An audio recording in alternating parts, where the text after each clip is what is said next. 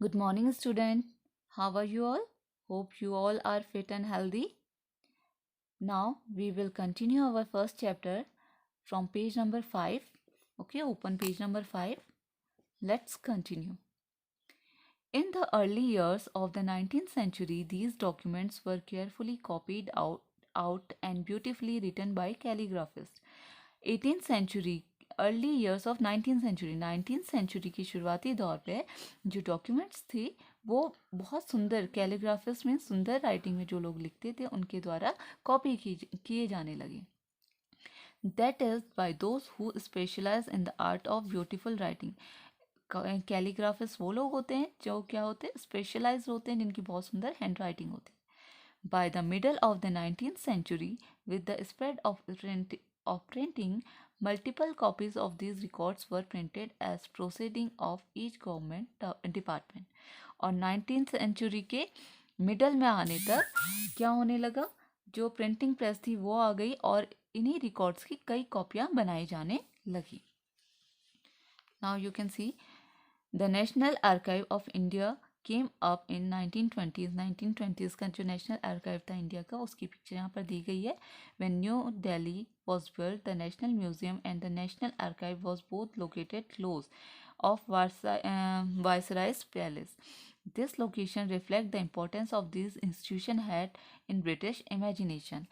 अब जब दिल्ली का निर्माण किया गया तो नेशनल म्यूज़ियम और नेशनल आर्काइव जो वायसराय हुआ करते थे दिल्ली के, उनके घर के पास ही, उनके जहाँ वो निवास करते थे उनके पैलेसेस के पास ही बनाए जाते थे. तो इससे ये पता चल रहा है कि उनके लिए, ब्रिटिशर्स के लिए जो आर्काइव थे और म्यूज़ियम थे वो कितने इम्पोर्टेंट हुआ करते थे. सर्वे बिकम इम्पॉर्टेंट. अब क्या था, जो सर्वे था, जो सर्वेक्षण था वो बहुत ज़्यादा इम्पॉर्टेंट हो गया था ब्रिटिशर्स के लिए. The practice of surveying also become common under the colonial administration.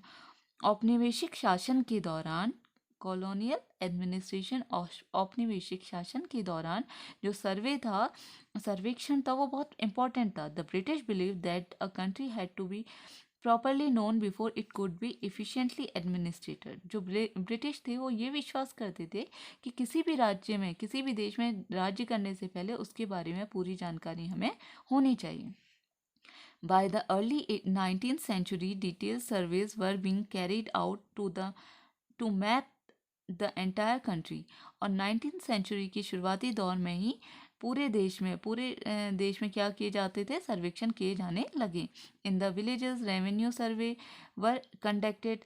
और गांवों में राजस्व से संबंधित सर्वे किए जाते थे. The effort was to know, जिसका कारण था कि वो लोग क्या जान पाए, topography, the soil quality, the flora, fauna, the local history and the cropping pattern, all the facts seen as necessary to know about the administer the region. तो उनका ये कारण ये था, ऐसे वो सर्वेक्षण इसलिए करते थे कि जिससे कि वो गांव में होने वाले राजस्व के बारे में पता लगा सकें, वहाँ के मिट्टी की गुणवत्ता के बारे में पता लगा सके, वहाँ के पेड़ पौधों के बारे में पता लगा सके, वहाँ के जीव जंतुओं की फ्लोरा, वहाँ पेड़ पौधे, फौना, जीव जंतु जो थे उनके इतिहास के बारे में पता लगा सके, और जिससे वहाँ वो उसका फिर क्या कर सके, आगे चल के फ़ायदा उठा सकें. क्रॉपिंग पैटर्न, वहाँ किस तरह से खेती की जाती ये भी पता वो लगाते थे. All the facts seen necessary to know about the administer the region. और ये सारी चीज़ें उनको किसी भी क्षेत्र में राज्य करने के लिए बहुत महत्वपूर्ण लगती थी.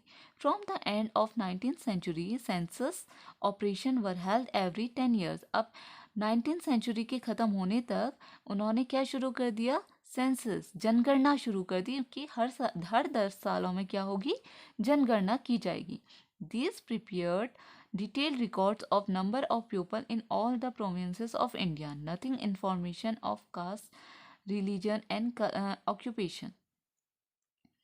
अब इससे क्या था, वो डिटेल रिकॉर्ड रखने लगे. इस जनगणना की वजह से क्या होने लगे, डिटेल रिकॉर्ड मिलने लगे लोगों की, कि कौन से इंडिया के किस स्थान में कितने लोग हैं, और उनकी जो इन्फॉर्मेशन थी उसको नोट करा जाने लगा, उनकी कास्ट के बारे में पता चला जाने लगा, धर्म और वो क्या कार्य करते हैं ये सब जानकारी उनको मिलने लगी. There were many other survey, botanical surveys, geological surveys, archaeological surveys, anthropological surveys, forest survey. तो और भी सर्वे, और तरह के भी जो सर्वे थे, जो सर्वेक्षण थे वो कराने लगे, जैसे वानस्पतिक सर्वे, सर्वेक्षण, प्राणी विज्ञान सर्वेक्षण, पुरातत्व पुरातत्वीय सर्वेक्षण, आर्कियोलॉजिकल, ओके, और एंथ्रोपोलॉजिकल, मानव शास्त्रीय सर्वेक्षण, और फॉरेस्ट सर्वे, वन सर्वेक्षण। तो इस तरह के सर्वेक्षण भी वो करवाने लगे। But official record do not tell. अब जो ऑफिशियल रिकॉर्ड थे वो क्या चीज़ नहीं बताते हैं। From this vast corpus of record we can get to know a lot. इतने सारे रिकॉर्ड्स के द्वारा हमें बहुत सारी चीज़ें पता चलती हैं, but we must remember that there are official record. But हमें याद रखना चाहिए ये केवल दीज आर ऑफिशियल रिकॉर्ड, ये केवल ऑफिशियल रिकॉर्ड हैं। They tells us what the official thought, what they were interested in. और ये केवल वही चीज़ बताते हैं जो वहाँ के ऑफिशियल, जो बड़े तबके के लोग थे, जो ब्रिटिशर्स थे, वो सोचते थे और जिसमें उनका फ़ायदा होता था। And what they wish to preserve for posterity, और जो वो अपने आने वाली पीढ़ी के लिए संभाल के रखना चाहते थे वही रिकॉर्ड में लिखते थे। These records do not always help us to understand what other people in the country felt.